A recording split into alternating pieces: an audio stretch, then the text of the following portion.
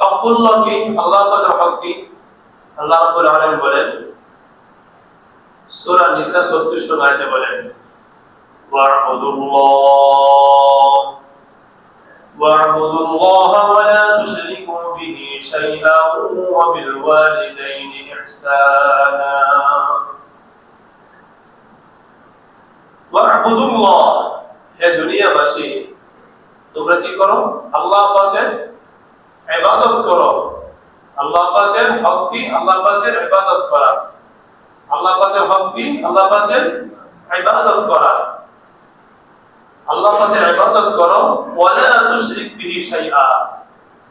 আর আল্লাহ পাকের হক হচ্ছে তার সাথে কাউকে শরীক করবে না।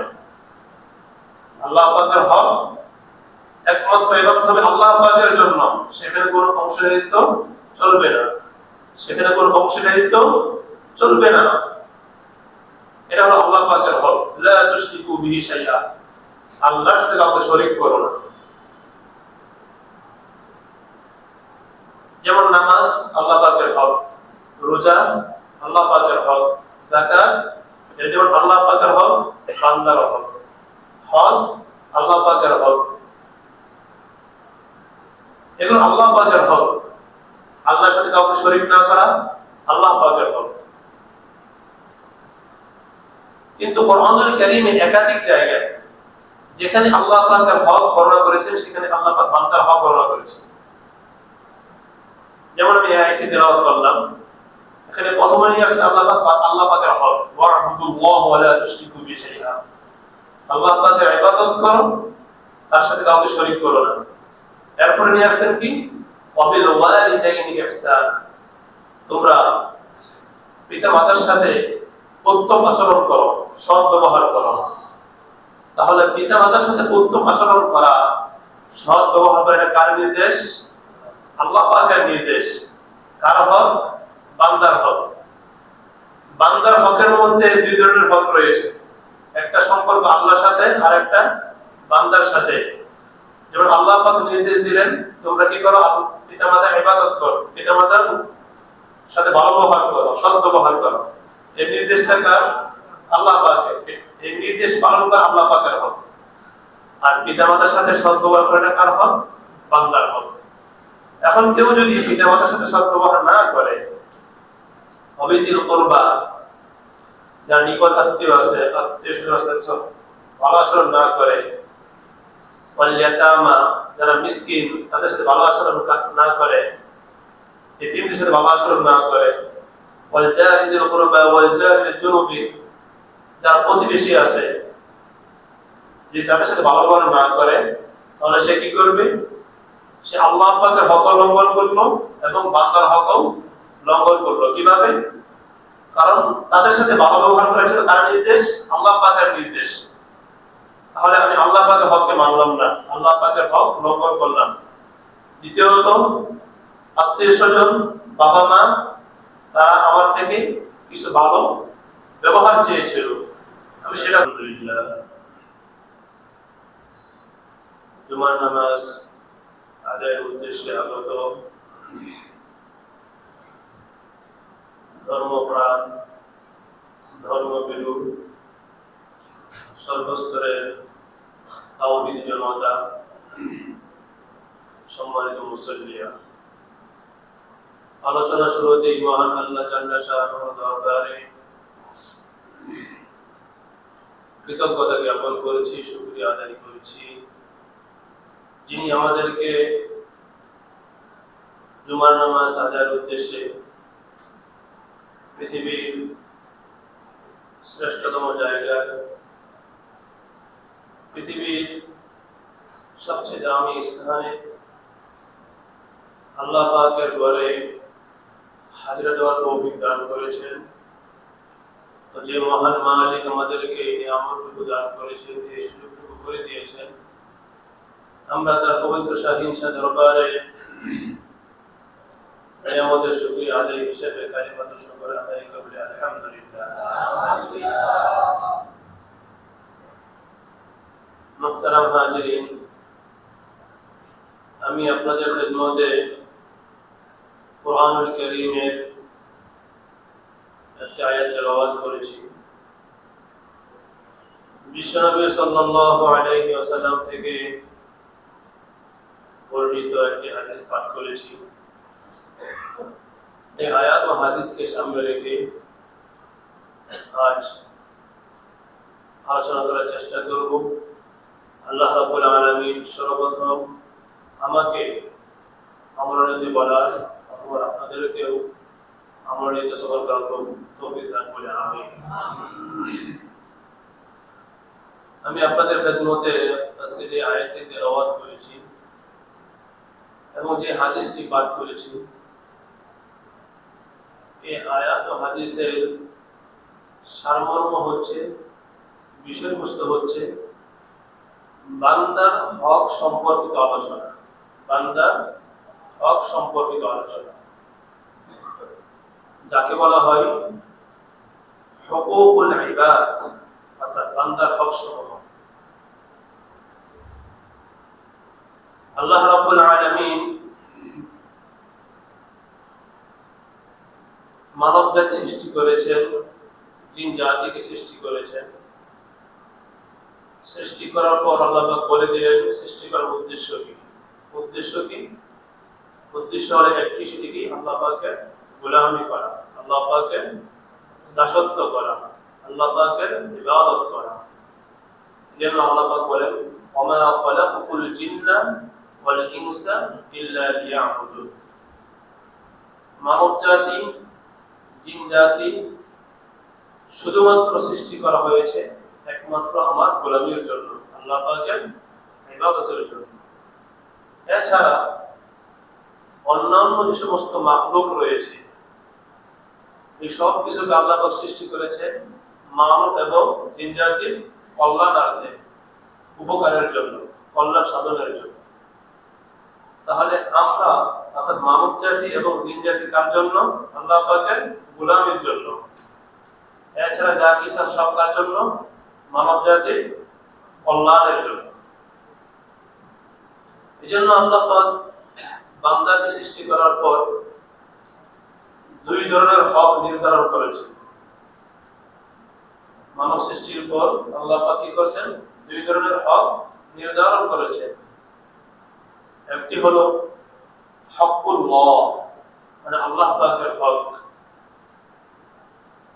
আরেকটি হচ্ছে হকুল ইবাদ, বান্দার হক। একটি আরেকটির সাথে অঙ্গ অঙ্গ জড়িত, একটি আরেকটির সাথে অঙ্গ অঙ্গভাবে জড়িত। একটি ছাড়া আরেকটি চলে না। যেমন ধরুন একটি টর্চ লাইট, তার জন্য দুটি ব্যাটারি প্রয়োজন। দুটি ব্যাটারি হলে টর্চ লাইট জ্বলবে। যদি একটি ফুল ব্যাটারি, মানে ফুল চার্জ ওয়ালা ব্যাটারি দেন, আরেকটি ব্যাটারি না দেন, তাহলে টর্চ লাইট জ্বলবে?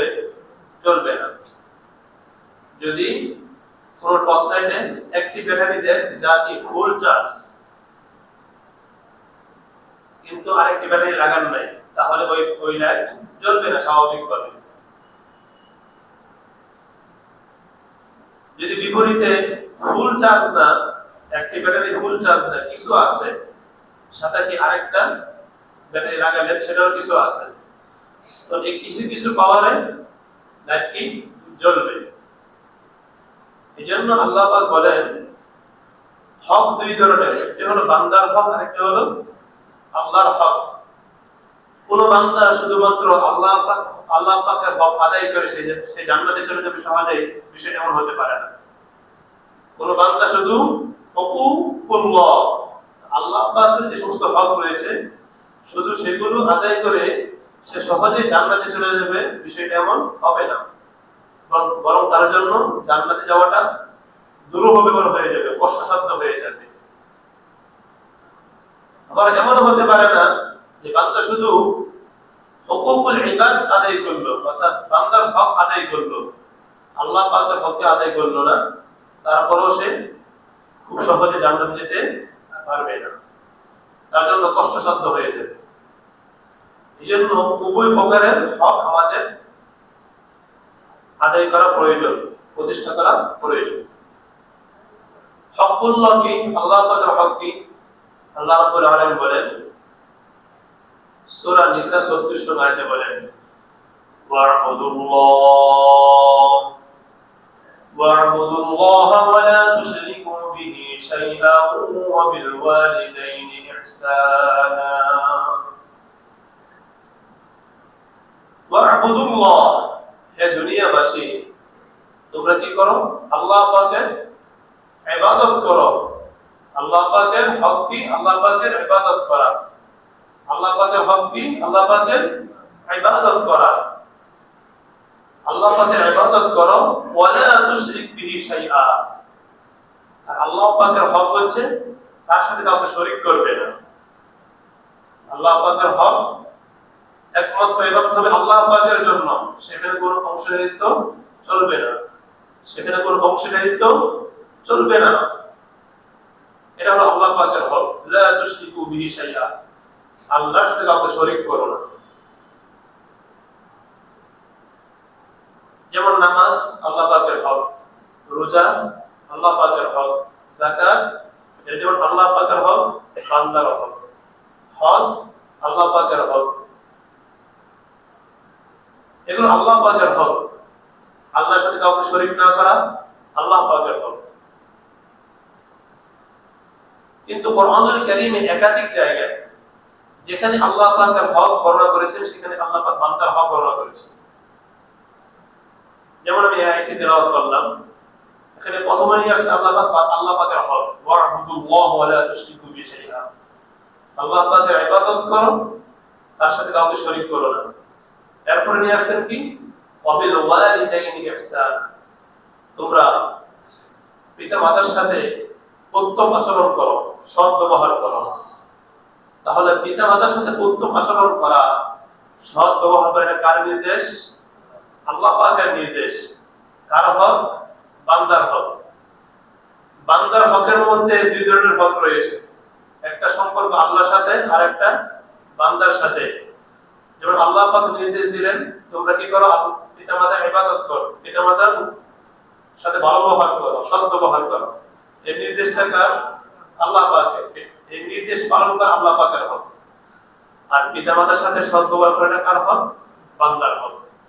এখন কেউ যদি পিতামাতার সাথে সৎ ব্যবহার না করে, অবিজিল কুরবা, যার নিকট আত্মীয় আছে, আত্মীয়-স্বজনের সাথে ভালো আচরণ না করে, ওয়াল ইয়াতামা, যারা মিসকিন তাদের সাথে ভালো আচরণ না করে, এতিমদের সাথে ভালো আচরণ না করে, ওয়াল জারিল কুরবা ওয়াল জারিল জুনুবি, যারা প্রতিবেশী আছে, যদি তাদের সাথে ভালো ব্যবহার না করে তাহলে সে কি করবে?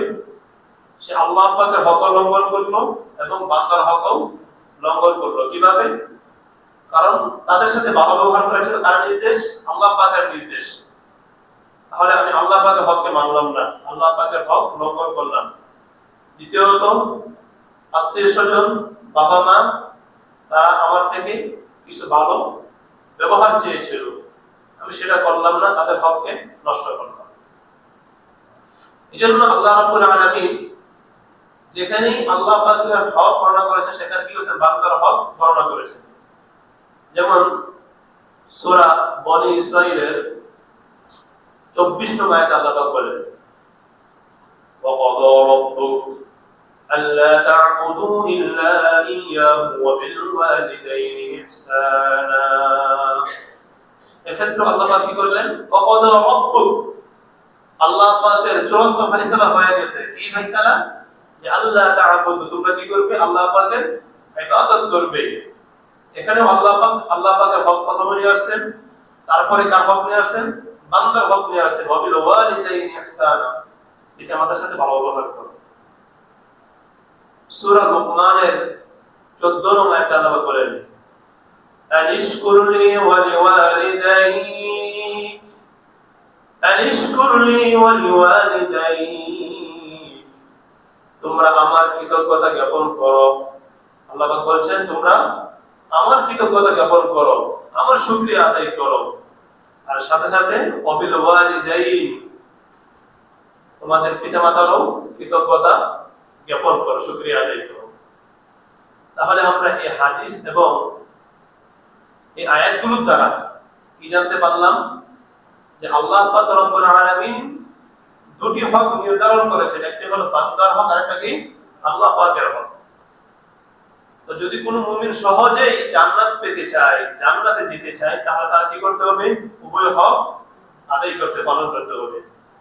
তা না হলে জান্নাতে যাওয়া দুরূহ ব্যাপার হয়ে যাবে, কষ্টসাধ্য হয়ে যাবে।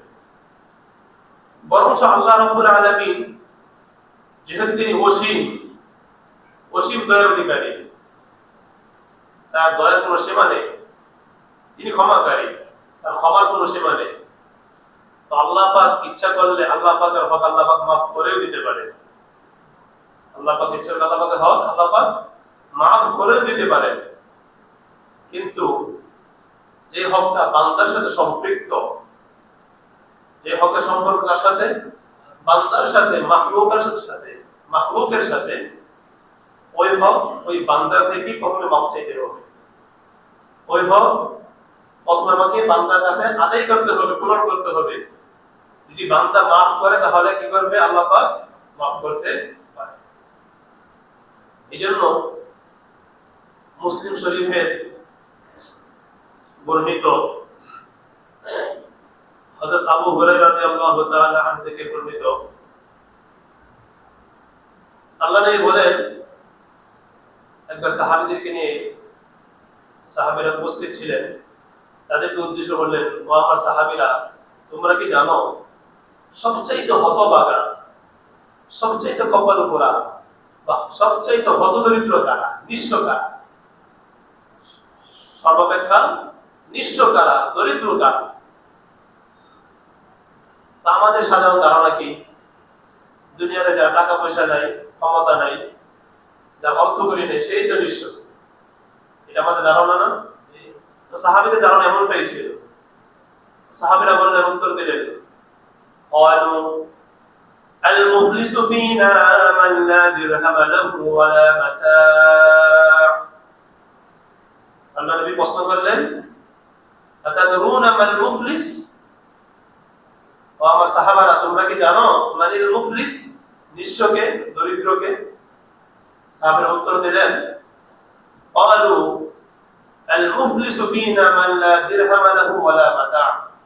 যে আমাদের মধ্যে নিঃস্ব হলো, দরিদ্র হলো ওই ব্যক্তি যার দিরহাম নাই, যার স্বর্ণ মুদ্রা নাই, যার টাকা পয়সা নাই, যার অর্থ করি নাই, সেই নিঃস্ব। তো নবীজি উত্তর দিলেন, فقال إن المفلس من أمتي يأتي يوم القيامة بصلاة وصيام وزكاة। আল্লাহ নবী উত্তর দিলেন, ও আমার সাহাবীরা, তোমরা শুনে রাখো, তোমরা যাকে মুফলিস ভাবছো, তোমরা যাকে দরিদ্র ভাবছো, তোমরা যাকে দরিদ্র মনে করছো, নিঃস্ব মনে করছো, মূলত তারা নিঃস্ব নয়, মূলত তারা হত দরিদ্র নয়, বরং দরিদ্র হলো তারা, আমার উম্মতের মধ্য থেকে দরিদ্র হলো তারা, নিঃস্ব হলো তারা, যারা কাল কিয়ামতের ময়দানে বিশাল নেকির পাহাড় নিয়ে আসবে।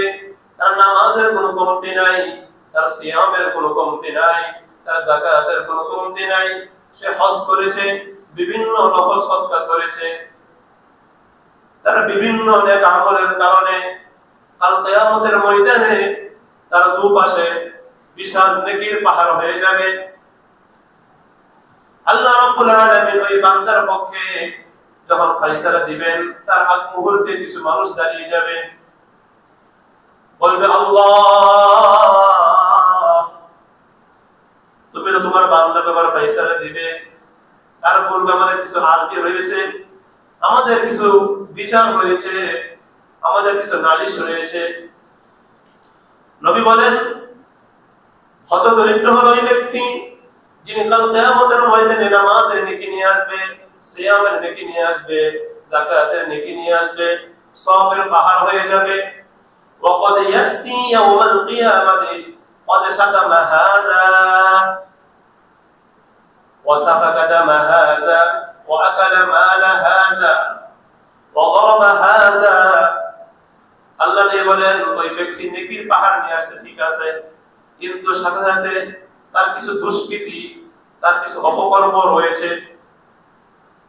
ওই ব্যক্তি কাল কিয়ামতের ময়দানে উপস্থিত হবে, পদে সাদা মাহাদা, দুনিয়াতে থাকা অবস্থায় সে কাউকে গালি দিয়েছে। পদে সাদা মাহাজা, এই ব্যক্তি দুনিয়াতে কাউকে গালি দিয়েছে, গালমন্দ করেছে। অসাদা কাদা মাহাজা, দুনিয়াতে সে আল্লাহ পাক তাকে শক্তি দিয়েছিল, ক্ষমতা দিয়েছিল, সে ক্ষমতার অপব্যবহার করে রক্তপাত করেছে, হত্যা করেছে। ওয়াকালা মাল হাযা, দুনিয়াতে আল্লাহ পাক ক্ষমতা দিয়েছিল, শক্তি দিয়েছিল, ফলে সে অন্যের মাল অন্যায়ভাবে আত্মসাৎ করেছে, অন্যের মাল সে গ্রাস করেছে। বদরবা হাযা, সে কাউকে অন্যায়ভাবে আঘাত করেছে। এই যে তার অন্যায়ের পরিধি, দেখা যাবে কাল কিয়ামতের ময়দানে কোনো টাকা পয়সা থাকবে না, কোনো দিরহাম থাকবে না, স্বর্ণমুদ্রা থাকবে না। এই যে লোকেরা যারা বিবাদী, যারা কি করলো, যারা বাদী হলো, বিচার দায়ের করলো, আল্লাহ পাক তো জালেম নয়, আল্লাহ পাক কি ইনসাফদার, তিনি সকলের মধ্যে ইনসাফ কায়েম করতে চান। এজন্য আল্লাহ পাক কাল কিয়ামতের ময়দানে সকলের মধ্যে ইনসাফ প্রতিষ্ঠা করবেন। কিভাবে করবেন? তখন তো টাকা পয়সা থাকবে না। তো নবীজি বলেন ফায়ুতা হাযা মিন হাসানাত ওয়া হাযা মিন হাসানাত, যেহেতু কাল কিয়ামতের ময়দানে টাকা পয়সা থাকবে না, স্বর্ণ রূপা থাকবে না, তো কি করা হবে? তার এই যে বিশাল সওয়াবের পাহাড়, নেকির পাহাড়, এই নেকির পাহাড় থেকে সে যার প্রতি যে পরিমাণ জুলুম করেছিল, অন্যায় করেছিল, তাকে সেই নেকির পাহাড় থেকে সেই পরিমাণ সওয়াব দান করে দেওয়া হবে। একটি পর্যায়ে দেখা যাবে তার বিশাল সওয়াবের স্তূপ সব শেষ, এখনো পাওনাদার অবশিষ্ট রয়ে গেছে। তখন কি করা হবে? নবীজি বলেন লা ইন ফানিয়াত হাসানাতুহু ক্বাবলা আন ইয়াকদা মা আলাইহি, যদি এমন হয় যে পাওনাদারের পাওনা পরিশোধ করার পূর্বেই তার সমস্ত নেকির পাহাড় শেষ হয়ে গেছে, এখন কি করা হবে? উখিযা মিন খাতায়াহুম, যাদের সে জুলুম করেছিল, যাদের হক নষ্ট করেছিল, তাদের আমলনামায় যে পাপ রাশি রয়েছে, যে গুনাহ রয়েছে, সেখান থেকে যে পরিমাণ জুলুম করা হয়েছিল সেই পরিমাণ পাপ যে ব্যক্তির বিশাল সওয়াবের পাহাড় ছিল তার আমলনামায় এখন রেখে দেওয়া হবে। তো দেখা যাবে সওয়াবের পাহাড় শেষ, এখন অন্যের অপরাধ নিজের ঘাড়ে টেনে নেওয়ার পর এখন দেখা যাবে বিশাল গুনাহের পাহাড় হয়ে গেছে, পাপ রাশির পাহাড় হয়ে গেছে। তো নবীজি বলেন তুরিহা ফিন্নার, ওই ব্যক্তিকে এই পাপ সহ অন্যের বোঝা, অন্যের পাপের বোঝা সহ তাকে জাহান্নামে নিক্ষেপ করা হবে। তাহলে এবার চিন্তা করুন, আল্লাহর হক আল্লাহ পাক ইচ্ছা করলে মাফ করে দিতে পারেন, কিন্তু বান্দার হক বান্দার কাছ থেকে মাফ করে নিতে হবে। এজন্য তওবার জন্য 4টি শর্ত রয়েছে, তওবা কবুল হওয়ার 4টি শর্ত রয়েছে। তার মধ্যে একটি শর্ত হলো আমি যার হক নষ্ট করলাম, যদি সম্পদ হয় তাকে সম্পদ দিয়ে দাও, যদি কথার মাধ্যমে তার হক নষ্ট করে তাকে গালি দিয়েছি তাহলে তার কাছ থেকে মাফ চেয়ে নাও, তাকে আঘাত করেছি তার কাছ থেকে মাফ চেয়ে নাও। এক কথায় দুনিয়ায় থাকা অবস্থায় আমি যা হক নষ্ট করেছি তার কাছ থেকে অবশ্যই মাফ চেয়ে নিতে হবে, তা না হলে আল্লাহর কাছে ধরা খেয়ে দিতে হবে। এলো বান্দার হক। বলেছিলাম বান্দার হক যখন আমরা আলোচনা করতে যাই তখন বান্দার হকের ক্ষেত্রে সর্বাগ্রে সর্বপ্রথম যার হক চলে এসেছে তিনি কে? আমাদের পিতামাতা, আমাদের পিতামাতা। আল্লাহ পাক যেখানেই আল্লাহ পাকের হকের আদেশ করেছেন সেখানে আল্লাহ পাক পিতামাতার হকের কথা উল্লেখ করেছেন। কেন? আল্লাহ পাকের হকের পরে কার হক? পিতামাতার হক। আল্লাহ পাকের হকের পর পিতামাতার হক। এজন্য আল্লাহ পাক বলেন আনিশকুরলি ওয়া লিওয়ালিদাইক, হে দুনিয়াবাসী আমার শুকরিয়া আদায় করো এবং পিতামাতার শুকরিয়া আদায় করো। ইনশাআল্লাহ আজকে আমাদের আলোচ্য বিষয় ছিল বান্দার হক সম্পর্কে আলোচনা। সেই বিষয় থেকে আমরা আলোচনা করব পিতামাতার হক সম্পর্কে। এক সপ্তাহে সব আলোচনা করা শেষ হবে না, ধারাবাহিক ইনশাআল্লাহ আলোচনা হবে বান্দার হক সম্পর্কে। সেই বিষয়গুলো যাওয়ার আগে আমরা আরেকটি বিষয় সংক্ষেপে আলোচনা করি। যেহেতু বান্দার হক সম্পর্কে আলোচনা হচ্ছে, হাদিস শরীফের একাধিক কিতাবে আসছে, মুসলিম শরীফে হাদিসটি আসছে যে একজন চোর যখন চুরি করে, হাদিসে আসছে লা ইয়াজনি লা ইয়াসরিকু সারিক ওয়া হুয়া মুমিন, লা ইয়াসরিকু সারিক ওয়া হুয়া মুমিন। একজন চোর যখন চুরি করে ওই অবস্থায় তার মধ্যে ঈমান থাকে না। বিষয়টা খেয়াল করেন, এখানে 4-5টি বিষয় আসছে। এক নাম্বার হলো লা ইয়াজনি যানি ওয়া হুয়া মুমিন, একজন জিনাকার যখন জিনাহ করে ওই জিনাহ করা অবস্থায় তার মধ্যে ঈমান থাকে না। নাউযুবিল্লাহ। জিনাকার পুরুষ হোক, জিনাকার নারী হোক, যখন কোন জিনাকার জিনাহ করে ওই জিনারত অবস্থায় তার মধ্যে কি থাকে না? ঈমান থাকে না। আল্লাহ না করুক যদি অবস্থায় সে মারা যায় তাহলে বেঈমান হয়ে মারা গেল। হাদিসের বাহ্যিক অবস্থা হলো এটা। এরপর আল্লাহ বলেন লা ইয়াসরিকু সারিকু ওয়া হুয়া মুমিন, একজন চোর যখন চুরি করে ওই চুরি করা অবস্থায় যখন সে চুরি করতেছে অবস্থায় তার মধ্যে ঈমান থাকে না। যদি সেই অবস্থায় মারা যায় বেঈমান হয়ে মারা গেল। লা ইউদমিনুল খামরু, 3 নম্বর হলো একজন মদ পানকারী যখন সে কি করে ইয়াশরিবু, মদ পান করে, ওয়া হুয়া মুমিন, সে কি থাকে না? লা ইউদমিনুল খামরু, যিনি মদ্যপায়ী যখন কি করে মদ পান করে, এই মদ পান করার অবস্থায় তার মধ্যে ঈমান থাকে না। ঈমানটা তার থেকে আলাদা হয়ে যায়, জ্বলন্ত থাকে। চতুর্থ আল্লাহ বলেন লা ইয়ানতাহিবু নুহবাতুন, একজন ডাকাত যখন ডাকাতি করে, ছিনতাই করে, তখন তার মধ্যে ঈমান থাকে না।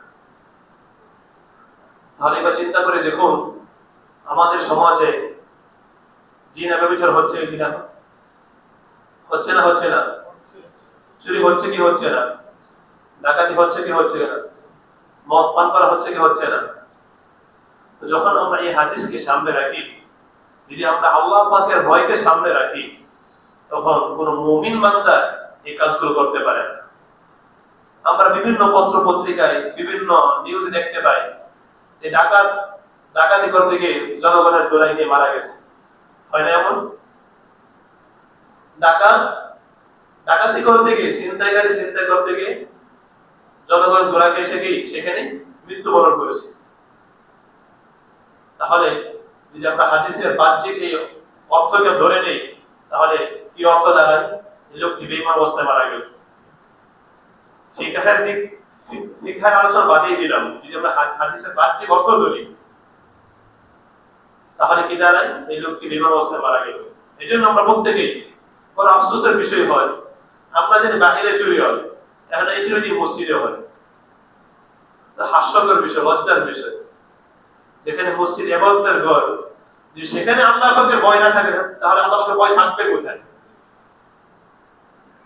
একজন চোর যখন মসজিদে চুরি করে, যদি সেখানে আল্লাহ পাকের ভয় তার মধ্যে না থাকে তাহলে তার মধ্যে ভয় আসবে কখন? এই জন্য আল্লাহকে ভয় করা প্রয়োজন। এই সমস্ত অপরাধ দূর হয়ে যাবে যদি আমরা দুটি আমল করতে পারি। কয়টি আমল? দুটি আমল। আল্লাহ পাক সূরা নাজিয়াতে বলেন وَأَمَّا مَنْ خَافَ مَقَامَ رَبِّهِ وَنَهَى النَّفْسَ عَنِ الْهَوَى ফাইন্নাল জান্নাতা হিয়াল মাওয়া। মানুষ যখন তার মধ্যে এই চিন্তা চেতনা জাগ্রত করে যে আমাকে একদিন আমার রবের সামনে দাঁড়াতে হবে, ওয়া আম্মা মান খাফা মাকাম রাব্বি, যে ব্যক্তি ভয় করে তার রবের সামনে দাঁড়ানোকে, দণ্ডায়মান হওয়াকে, একটা কাজ। যে ব্যক্তি কি করে, দুইটা বলছিলাম না, এক নাম্বার কি, যে ব্যক্তি এই চিন্তা চেতনা রাখে, এই বিশ্বাস রাখে যে আমাকে একদিন আমার রবের সামনে দাঁড়াতে হবে, তাহলে তারা তার কখনো কোনো দুর্নীতি হতে পারে না। দুই নাম্বার, ওয়ানাহান নাফসা আনিল হাওয়া, একজন মুমিনের কাজ কখনো এটা হতে পারে না মন যা চাইলো তাই করে ফেললাম, মন যা চাইলো তাই করলাম, এটা কখনো কোনো মুমিনের কাজ হতে পারে না, কোনো মুমিনের কাম্য হতে পারে না। মন চাইলো চুরি করলাম, মন চাইলো ডাকাতি করলাম, মন চাইলো অন্যের মাল আত্মসাৎ করলাম, মন চাইলো জিনা করলাম, মন চাইলো আল্লাহ পাকের নিষিদ্ধ বিষয় মদ পান করলাম। তো নবীজি আল্লাহ পাক বলেন, যে ব্যক্তি আখিরাতে রবের সামনে দাঁড়ানোর ভয় রাখে এবং মনের কুবৃত্তি যা আছে সেটাকে বর্জন করে, ফাইন্নাল জান্নাতা হিয়াল মাওয়া, তার ঠিকানা কি জান্নাত, তার ঠিকানা কি জান্নাত। এই জন্য আমরা জান্নাতে আশা করি আমরা এই দুটি কাজ করতে পারি। এক নাম্বার কি, আখিরাতের ভয়, দুই নাম্বার মনে যা চায় তা করা যাবে না। আল্লাহ প্রত্যেককে আমার তৌফিক দান করুন। তো আল্লাহ পাক সূরা বনী ইসরাঈলের 24 নম্বর আয়াতে বলেন, وَقَضَى رَبُّكَ أَلَّا تَعْبُدُوا إِلَّا إِيَّاهُ وَبِالْوَالِدَيْنِ إِحْسَانًا। আল্লাহ রাব্বুল আলামিন তোমাদের রব চূড়ান্ত ফয়সালা করে দিয়েছেন, আল্লাহ তা'বুদু ইল্লা ইয়া, একমাত্র আল্লাহ পাকের ইবাদত করবে, আর আল্লাহ পাকের ইবাদতের পর ওয়াবিল ওয়ালিদাইনি ইহসানা, পিতা মাতার সাথে সদ্ব্যবহার করবে। তাহলে পিতা মাতার সাথে সদ্ব্যবহার করবে, পিতা মাতার সাথে সদ্ব্যবহারের দুটি পাঠ রয়েছে, দুটি অংশ রয়েছে। এক হলো পিতা মাতার জীবন দশায়, একটা কি, পিতা মাতার জীবন দশায় কিছু হক রয়েছে, আবার কিছু হক রয়েছে পিতা মাতার মৃত্যুর পরে। আমরা অনেক সময় সন্তান থেকে ভালো কিছু আশা করি যে সন্তান আমার সাথে ভালো ব্যবহার করবে, হ্যাঁ, সন্তান আমার সাথে ভালো ব্যবহার করবে, এটা প্রত্যেক বাবা মাই চায়। কিন্তু বাবা মারও কিছু অধিকার আছে, কিছু দায়িত্ব রয়েছে, ইনশাআল্লাহ আমরা সেই বিষয়ে পরে আলোচনা করব। আগে আমরা পিতা মাতার হক নিয়ে আলোচনা করি। কারণ কি, আমাদের প্রথম কি, আমাদের সৃষ্টির প্রথম কি পিতা মাতা, আমাদের সৃষ্টির প্রথম কি পিতা মাতা। মানুষ অনেক সময় দুষ্টমি করে বলে থাকে ডিম আগে না মুরগি আগে, বলে থাকে না, ডিম আগে না মুরগি আগে। আচ্ছা বলেন তো কোনটা আগে? মুরগি আগে, স্বাভাবিক। যদি মুরগি না ডিম দিবে কোথা থেকে? যদি আপনার পিতা মাতাই না থাকে সন্তান হবে কোথা থেকে? আল্লাহ রাব্বুল আলামিন যখন সৃষ্টি করেছেন প্রথম কি করেছেন? সবকিছু জোড়া জোড়া সৃষ্টি করেছেন, নাকি ডিম সৃষ্টি করেছেন? আগে ডিম সৃষ্টি করছেন। আল্লাহ পাক কি করেছেন? প্রত্যেক প্রাণীকে জোড়া জোড়া সৃষ্টি করেছেন। আমাদের প্রথম অস্তিত্বের প্রথম কি বাবা মা। এই জন্য বাবা মার হক আমাদেরকে সেগুলো লক্ষ্য করতে হবে। আল্লাহ পাক বলেন ওয়াবিল ওয়ালিদাইনি ইহসানা, যখন পিতামাতা জীবিত থাকবে তখন তাদের সাথে উত্তম ব্যবহার করো, ভালো ব্যবহার করো। তো ভালো ব্যবহারের ধরন কি হবে, পদ্ধতি কি হবে? আল্লাহ পাক একবার বলেন ওয়ালা তাকুল লাহুমা উফ, তোমরা পিতামাতার সাথে এমন কোন আচরণ করবে না, এমন কোন ব্যবহার করবে না যে ব্যবহারের কারণে পিতামাতা কি বলে উফ শব্দ ব্যবহার করে। কি বলে? উফ। এই শব্দ মানুষ কখন ব্যবহার করে? যখন সে মনে কষ্টে পায়, যখন সে মনে আঘাত পায়, তখন সেই শব্দ ব্যবহার করে থাকে। সাঈদ ইবনে মুসাইয়িব রাদিয়াল্লাহু তাআলা বলেন, যদি এর চাইতেও মানে সামান্য কোন শব্দ দ্বারা বেদনার বোঝানো যেত, কষ্টের বিষয়টা প্রকাশ করা যেত, তাহলে আল্লাহ পাক সেই শব্দ ব্যবহার করতেন। তো মানুষ যে শব্দের সাথে বেশি পরিচিত, আল্লাহ পাক সেই শব্দ ব্যবহার করেছেন যে তোমরা পিতামাতার সাথে এমন কোন আচার ব্যবহার করবে না, কথায় হোক, চলাফেরায় হোক, ব্যবহারে হোক, এমন কোন বিষয় তোমরা করবে না যার দ্বারা কি হয় উফ, পিতামাতা কি বলে মনে আঘাত পেয়ে উফ শব্দ বলে ফেলে। যখন পিতামাতা বয়স্ক হয় তখন সাধারণভাবে যেসব একটা সময় আসবে সকলেই যদি আল্লাহ পাক হায়াত দেয় এই বয়সে উপনীত হবে, তখন তাদের মেজাজ খিটখিটে হয়ে যায়। যারা মুরব্বী আছে তারা কেউ রাগ করবে না ইনশাআল্লাহ, যে কোরআনে হাদিসে সেটা বলতেছে, মেজাজ খিটখিটে হয়ে যায়। তো দেখা যায় কি একটা জিনিস আপনি পিতামাতাকে বোঝান তো না, সেটা আবার আবদার করে। যেমন আমরা ছোট অবস্থায় আমাদের ছোট অবস্থা আমরা চিন্তা করি না, আমরা যখন ছোট ছিলাম, পুরো ছিলাম, বাচ্চা ছিলাম, তখন আমরা কি বলতাম, আব্বুটা দাও, আব্বুটা দাও, না পরে দিব, এটা খাওয়া ভালো না, এটাই দাও। আমরা কি বাইরে ধরতাম না? দিতেই হবে, কারণ তখন আমাদের ওই জ্ঞানটা ছিল না। যখন পিতামাতা বৃদ্ধ হয়ে যায় তখন তাদের মেজাজ খিটখিটে হয়ে যায়, তারপর তাদের স্মৃতিশক্তি কিছুটা কম কাজ করে। সেই জন্য অনেক সময় দেখা যাবে তাদের বুঝশক্তি কম কাজ করে। কেন? এটা বার্ধক্যের কারণে, অন্য কোনো সমস্যা। এই জন্য দেখা যায় কি তারা আবদার করে, সন্তান বুঝায়, তারপর আবদার করে। এক্ষেত্রে নিয়ম হলো যদি সম্ভব হয় পিতার আবদারকে, মাতার আবদারকে পূরণ করা। এরকম না বলা, গুরুটাকে সংকুচিত না করা, চেহারাকে কালো না করা, বা তাদের কথা শুনে বিরক্ত ভাব প্রকাশ না করা, তাহলে এটাও কি পিতামাতার কষ্টের কারণ। বা পিতামাতা একটা আদেশ করলো, আপনি সেটা করলেন না, বললেন পারবো না, তো পিতামাতা কষ্ট পেল, এটাও পিতামাতার কারণ, কষ্টের কারণ। তাহলে এক নম্বর হলো এমন আচরণ করা যাবে না, কথায় হোক বা চলাফেরায় হোক, যার কারণে পিতামাতা কি বলে, ওয়ালা তাকুল্লাহুমা উফ শব্দ ব্যবহার করতে পারে, যে উফ শব্দ যেন না বলে। 2 নাম্বার হলো ওয়ালা তানহারুহুমা, তাদের সাথে ধমক দিয়ে কথা বলবে না। আগে এটা কি বলছে, কথায় হোক চলাফেরায় হোক এমন কোন ব্যবহার করব না যার দ্বারা কি বলে উফ শব্দ ব্যবহার করে। দ্বিতীয় আল্লাহ পাক আরো একটা বাড়িয়ে বলেন কি ওয়ালা তানহারহুমা। 2 নাম্বার হলো ওয়ালা তানহারহুমা, তাদের সাথে ধমকির সুরে, ধমকের সুরে কথা বলো না। কারণ যদি পিতামাতা আমার কোন ব্যবহারের কারণে কষ্ট পেয়েই যায়, যদি আল্লাহ না করুক বদদুয়া করেই ফেলে, তাহলে বন্দুকের গুলি মিস হতে পারে, পিতামাতার দোয়া মিস হতে পারে না। হাদিসে আসছে 3 ব্যক্তির দোয়া আল্লাহর কাছে সরাসরি কবুল হয়ে যায়। 3 ব্যক্তির দোয়া আল্লাহর কাছে সরাসরি কবুল হয়ে যায়। এক মুসাফির দোয়া আল্লাহ দোয়া কবুল করে নেয়। 2 মাজলুম ব্যক্তি, যার উপর অত্যাচার করা হয়েছে অন্যায়ভাবে। এইজন্য যারা জালেম আছে, যারা দেশের মধ্যে জুলুম অত্যাচার করে, তাদের সতর্ক হওয়া উচিত। মাজলুমের চোখের পানি বৃথা যায় না, আল্লাহর কাছে দোয়া করলে আল্লাহ সেই দোয়া কবুল করে। 3 নম্বর হলো পিতামাতা।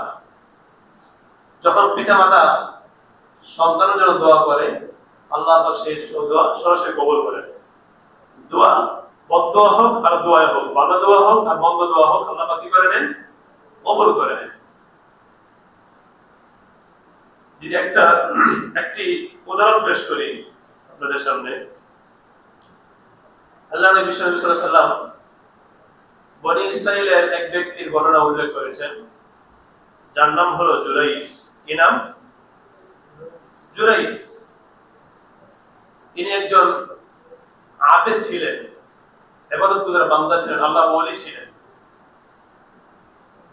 আল্লাহর ওলি তিনি নিজে একটি ঘর বানিয়ে সেখানে নির্জন এলাকায় ইবাদত করতেন। তো তার মা, বুখারী মুসলিম দুটো কিতাবে হাদিসটি আসছে, একবার আসছে বুখারী বর্ণনায় এবং মুসলিম বর্ণনা আসছে 3 বার আসছে। তার মা তার কাছে আসলেন, ঘরের বাহির থেকে আওয়াজ করলেন দরজার মধ্যে, হে জুরাইস, আমি তোমার মা, কাল্লিমনি, আমার সাথে কথা বলো। যে অবস্থায় জুরাইস আসলেন তখন তিনি নামাজে ছিলেন, নফল নামাজে ছিলেন। তিনি মার কথায় সাড়া দিলেন না, মার ডাকে সাড়া দিলেন না, মার ডাকে সাড়া দিলেন না। তো তিনি চলে গেলেন। দ্বিতীয় দিন আবার আসলেন, আবার একই অবস্থায় তিনি নামাজে, তিনি চলে গেলেন। তৃতীয় দিন আবার আসলেন, একই অবস্থায় তিনি নামাজে। জুরাইদ তিনি দ্বিধাদ্বন্দ্বে পড়ে গেলেন, সন্দেহান হয়ে গেলেন যে কি করবে। তিনি কি মার ডাকে সাড়া দিবে নাকি নামাজ চালিয়ে যাবে? উজিবু আও উসাল্লি, তিনি বলতে লাগলেন উজিবু আও উসাল্লি, আমি কি মার ডাকে সাড়া দিব নাকি নামাজ পড়ব? তো মার ডাকে সাড়া দিলেন না, নামাজ চালিয়ে গেলেন। তো যখন মা চলে যাবেন, আল্লাহ সে বদদুয়া করলেন, আল্লাহ তুমি জুরাইজকে বেশ্যা ব্যভিচারিণীর মুখ না দিয়ে মৃত্যু দিও না, মুখ না দেখিয়ে মৃত্যু দিও না। তুমি জুরাইজকে ব্যভিচারীর মুখ না দেখিয়ে মৃত্যু দিও না। আল্লাহ পাক সেই দোয়াকে কবুল করে নিলেন। তো দেখা গেল সেখানে একজন ব্যভিচারিণী ছিল, এক মহিলা ছিল। সেও বলতে লাগলো লা আফতিনান্না জুরাইজ, আমি জুরাইজকে পরীক্ষায় ফেলবো, আমি জুরাইজকে পরীক্ষায় ফেলবো। তো যেই কাজ সেই কথা, যেই কথা সেই কাজ, যেই কথা সেই কাজ। সে জুরাইজের সামনে গেল, নিজেকে প্রদর্শন করলো। জুরাইজ সেটা প্রত্যাখ্যান করলো, গ্রহণ করলো না। চলে গেল তার কাছে একজন রাখালের নিকট। রাখাল তার সাথে অপকর্ম করলো। সে অপকর্মের ফলে তার গর্ভে সন্তান আসলো। আর এই সন্তান নিয়ে এসে জনসম্মুখে চলে আসলো, এসে বলল, দেখো দেখো তোমরা যে জুরাইজকে আল্লাহর ওলি ভাবো, বুজুর্গ ভাবো, সে দেখো কি কাণ্ড করেছে, সে দেখো কি কাজ করেছে। সাধারণভাবে প্রত্যেক ধর্মের লোকেরাই তাদের যে ধর্মগুরু আছে, যেমন আমাদের আছে আলেম সমাজ, তো তাদেরকে মানুষ শ্রদ্ধা করে, ভক্তি করে, সম্মান করে। কেন? তারা ধর্ম পালন করে, তারা এই লাইনে বেশি মুজাহাদা করে, সেজন্য। তো তারাও সে জুরাইজকে সম্মান করতো, ভক্তি করতো। যখন এই অবস্থা দেখলো, তখন তারা জুরাইজের ঘরে গিয়ে জুরাইজকে টেনে হিসেবে বের করলো, তার উপর আঘাত করলো, তাকে গালি দিল, তার ঘরকে ভেঙে চুরমার করে দিল। আর বলল, বুজুর্গি দেখাও, দরবেশি করো, আমরা তোমাকে দরবেশ ভাবি, আর তুমি এই কাজ করো। জুরাইজ বললেন, কি কাজ করলাম? ওই যে এই সন্তান কার, এই সন্তান কার, সে কিছু জানে না, কিন্তু তার এই কথা মনে আছে, তার মা তার জন্য বদদুয়া করেছিল, আল্লাহ তুমি জুরাইজকে বেশ্যার মুখ না দিয়ে মৃত্যু দিও না। আল্লাহ পাক সেই দোয়া কবুল করলেন।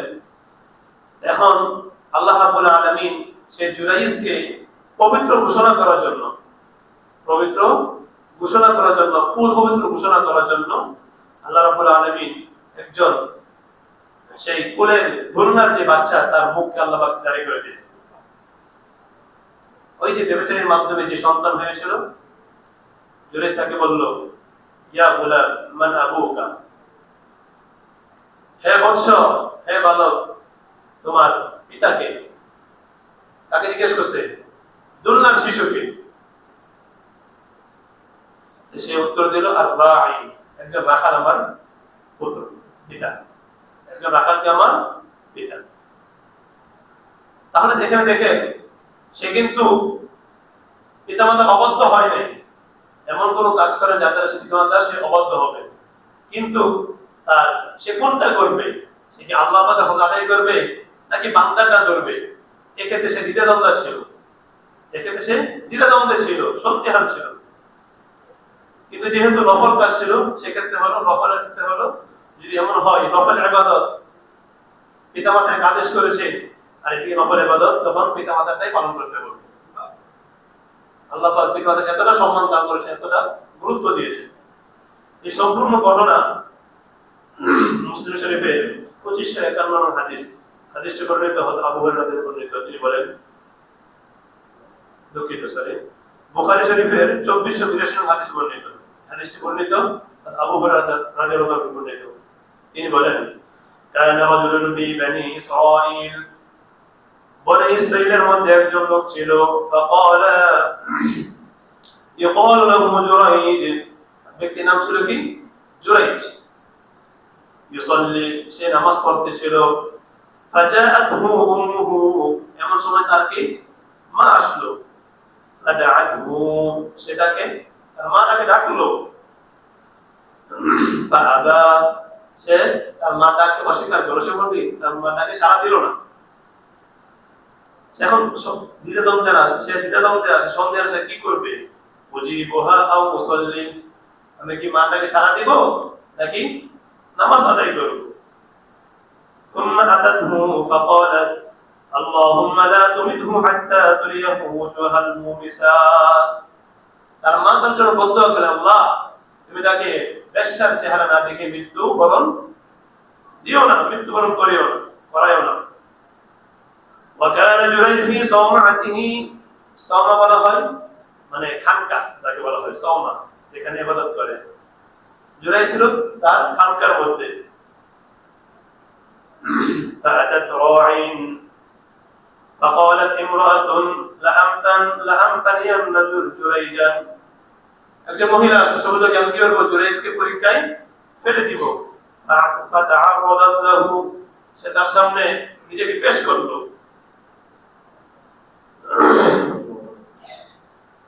তারপর فقالت هو من جريج, সে কি করলো, জুরাইজ সামনে নিজেকে পেশ করলো। জুরাইজ সেটাকে প্রত্যাখ্যান করলো। সে কি করলো, فأمكنت من نفسها, সে নিজেকে পেশ করলো একজন রাখালের কাছে। একজন রাখালের সামনে নিজেকে পেশ করলো। রাখাল তার সাথে যৌনাচার করলো এবং একে সে গর্ভপাত করলো। তারপর এই বাচ্চা নিয়ে কি করলো, জনসম্মুখে আসলো। আসার পর যখন বললো এই বাচ্চা কার, সে বললো কি মিন জুরাইজ, এটা কি জুরাইজের বাচ্চা। ফাআতাও, সে কি করলো, অস্বীকার করলো। তারা অস্বীকার করলো। ওয়া কাসারা, এবং জুরাইজের ঘরকে ভেঙে দিল। তো জুরাইজ কি করলেন, নামাজ পড়লেন, ওযু করলেন। নামাজ ওযু করলেন, ওযু করার পর বাচ্চাকে বললেন ইয়া গোলাম মান আবুকা, হে বাচ্চা তোমার পিতাকে। উত্তর কি দিলেন, আর-রাই, আমার পিতাকে একজন রাখাল। তারপর তারা চাইলো এই যে একটা না জেনে না বুঝে এত বড় একটা কাজ করলাম, ঘর বাড়ি ভেঙে দিলাম। অনেকে আছে না কিছু যাচাই করার আগেই, যাচাই বাছাই করার আগে কি করে সবকিছু ভেঙে দেয়, চুরমার করে দেয়, তারপরে আফসোস করে। এজন্য সূরা হুজরাতে আল্লাহ পাক বলেন তোমরা কোন ফাসিকের সংবাদকে গ্রহণ করো না যতক্ষণ না পরীক্ষা করবে। কোন ফাসিকের সংবাদকে গ্রহণ করো না যতক্ষণ না পরীক্ষা করে নেবে, যাচাই বাছাই করে নেবে। না করলে কি হয়, পরিশেষে অনুতপ্ত হতে হয়, লজ্জিত হতে হয়, লাঞ্ছিত হতে হয়। একজন জিনাকার বিচার দিল, লোকেরা সেটাকে বিশ্বাস করে নিল, মানে তার লোকেরা কি হলো, লজ্জিত হলো, লাঞ্ছিত হলো।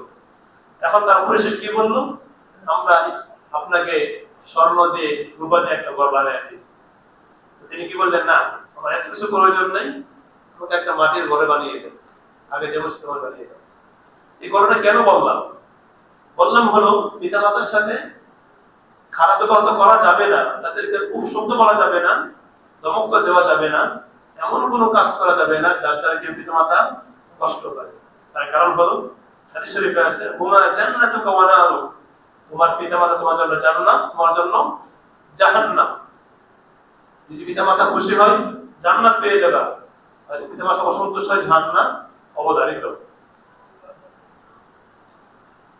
তো আজকে আমরা দুই বিষয় নিয়ে আলোচনা করলাম। একটি হলো পিতামাতার সামনে উপশব্দ করা যাবে না, দুই নাম্বার হলো তাদের সাথে ধমকের সাথে কথা বলা যাবে না। আর বিভিন্ন বিষয় আছে, কয়েকটি হক রয়েছে, ইনশাআল্লাহ সেগুলো পর্যায়ে আলোচনা করব। আল্লাহ প্রত্যেককে যা আলোচনা করতে ভালো মতো করে আমি সুন্নাত করে